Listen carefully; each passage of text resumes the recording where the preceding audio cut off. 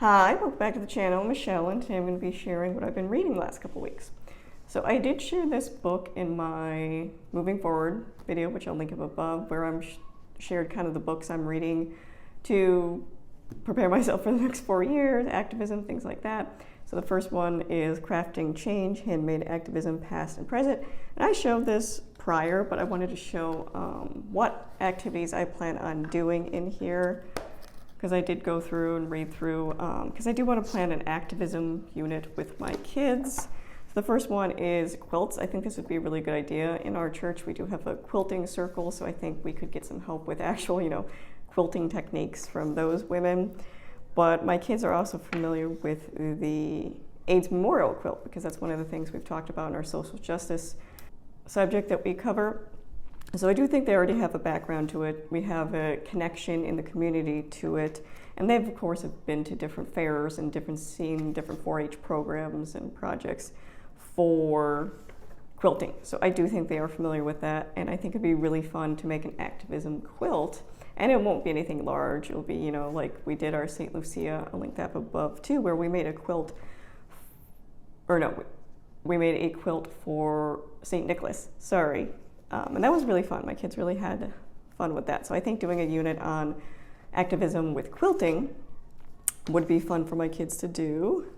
And there's also, Social Justice Sewing Academy. We can do this entire chunk of the book because my oldest, my 11-year-old, really likes to sew as well. So I think bringing that aspect into it would be really cool. They could make something small project-wise. It doesn't have to be large. Next would be baking, the Sweet Feminist. So I think this would be really cool for my 8-year-old because she has celiac disease, she has to eat gluten-free. I think making gluten-free cookies or little desserts with interesting sayings would be fun for her in a way to spread awareness about celiac disease. So I think having like a little bake sale would be really fun for the kids with funny cookies or cakes that they can come up with the sayings. The next one was this, and I wanted to talk about this because we've actually done it with Mint in Bloom. It was in one of their activities we did. So my kids are familiar with this type of project, and we did it through Mint in Bloom, but I did want to point this out to them that this is an actual thing and give them a little bit more background information because they've already done the project. And then the last part was just Craftivist, Constitution of Crafts. I thought this would be really cool. Maybe we'll make a little poster we can put on the wall of the different things you can do. Because I do think empowering kids when they feel like things aren't the way, the world isn't the way they want it to be, that they have power in that. And then the last one I really want to do, it'll probably be when the weather is nicer because we're wearing winter jackets right now, but doing this human billboard. So taking a piece of clothing and designing it. So the easiest way to protest is to use, your clothes to express yourself. So it gives you the project, and we could of course find denim jacket at a thrift store or Goodwill or something we don't have to go buy a brand new one, but they could sew directly into it because again, my oldest really does like hand sewing things. So I think introducing that aspect of it would be really interesting to her. But that is what I plan on doing with those. Next is Play Like a Girl. This was a suggestion by my 11-year-old. She read it and she thought I would really like it, so she suggested it to me. So I read it and I did. I really did like it. It's about a girl in middle school and she wants to try out for the football team, and it goes through kind of her 7th grade year, and it's based on a true story. It is a graphic memoir, and it does say in the back the author's experience with it. So it is a true story, which I think is cool. But she joins the football team and she deals with bullying, both boys and girls. It's all about finding who you are, about friendships. Sometimes friendships end, sometimes you find new friendships. Sometimes friendships can't be repaired. So I think talking about all those various relationships, especially in the middle school years, are really important.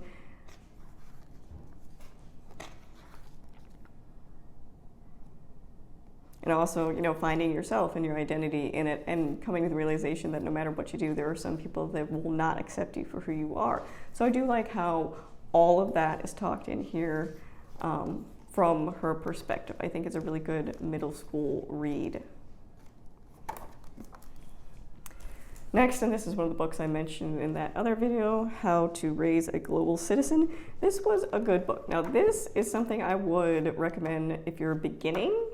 A lot of this, I read through the book, we've already talked about. I do like that in each section, it gives the authors, they give real life examples of their life. I think that's really helpful. One thing I will say is a lot of the authors seem to have younger children in this, which is fine. I think starting off, that's really helpful, but I would have liked to see some examples of, older children, what you can do with that. But like I said in that other video, I do like it goes over what it is and then gives them an experiment to do and an action plan. So I think that's really cool way to line it up, that you explain to the kids what it is.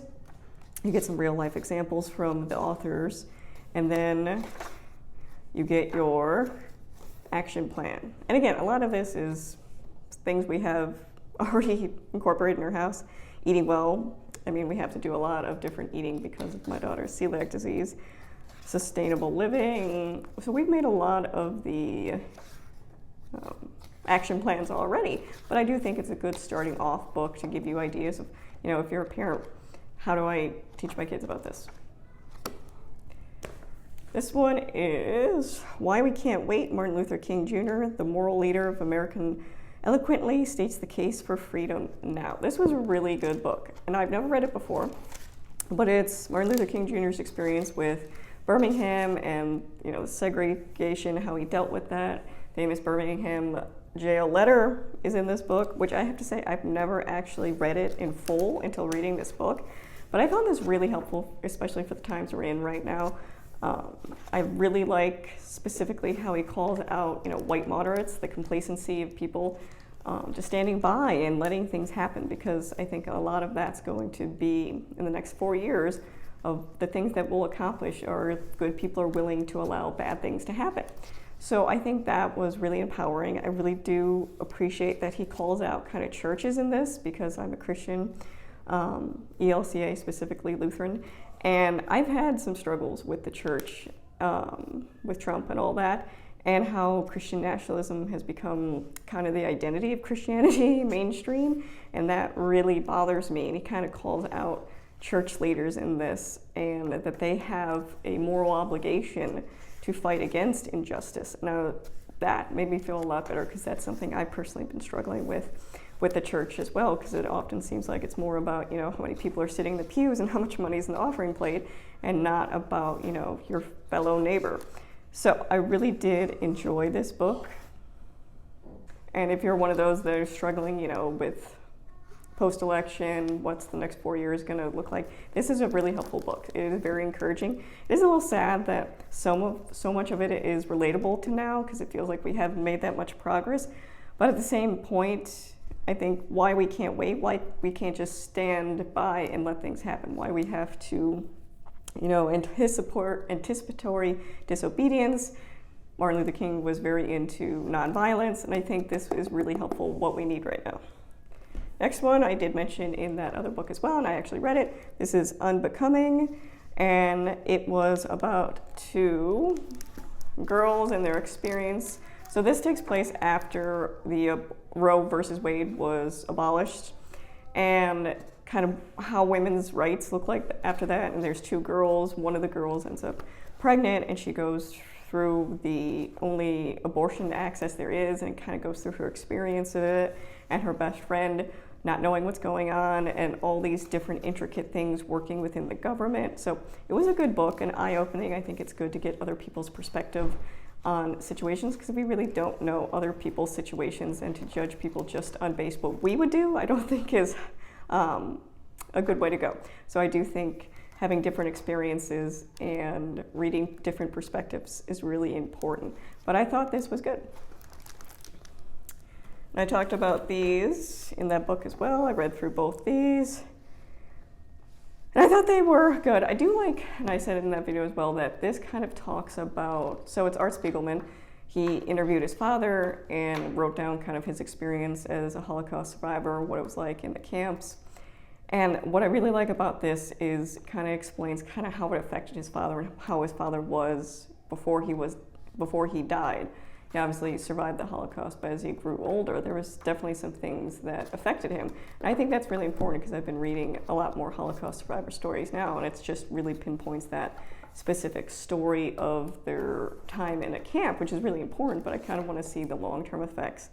But I do think this is eye-opening, and this is something that will definitely be probably in high school that I have my oldest read. Next is We Will Not Be Silent, the White Rose Student Resistance Movement. Again, I think when we do this in high school, I will bring in these resources as well, because I do think they're really good. It's about a group of students, young adults in college, their experience being part of the Hitler Youth, realizing, red flags that this isn't right, something isn't right here, and actively working against it. And yes, did it cost them their lives in the end, but what they were working for. And they were really courageous young people, and I think that's kind of the mentality that we need to be giving our kids, that they can be courageous. And again, the Martin Luther King book, it doesn't have to be violent acts. Knowledge, education, information is a way of protesting as well. Sharing information with people, which is what they did. They sent pamphlets out, resistance pamphlets, which I think is really important. That words have a lot of power, and I think it's important for kids to understand as well. So the next two I'm going to talk about, I don't have books for because they're returned to the library. I will put a picture up here for you. The first one is Night.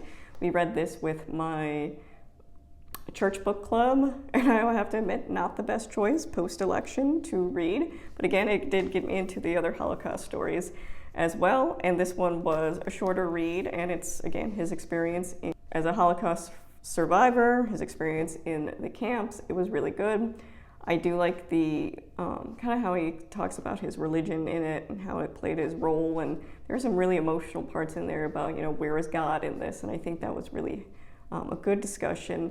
A good read, something again I will mark for high school. The next one was The Girl in the Locked Room. I read this for my library book club. And this one, if you ever watched Are You Afraid of the Dark in the 90s, early 2000s, it felt like watching an episode of that. It's about a girl, her dad renovates houses and historic buildings. They move to a new town to renovate this old mansion, and there's a ghost in one of the rooms. And it's kind of the little girl's story of how she became a ghost and kind of freeing her ghost spirit. It's not spooky, it's not scary, it's very easygoing, and it's something I'd be comfortable with my 11-year-old reading with no issues. But it was an interesting story, and again, it felt very much like one of those Are You Afraid of the Dark little Nickelodeon shows, but it was a good read. So that is everything I've read so far in the last couple weeks. If you have any questions, let me know in the comments below. If not, thank you for watching.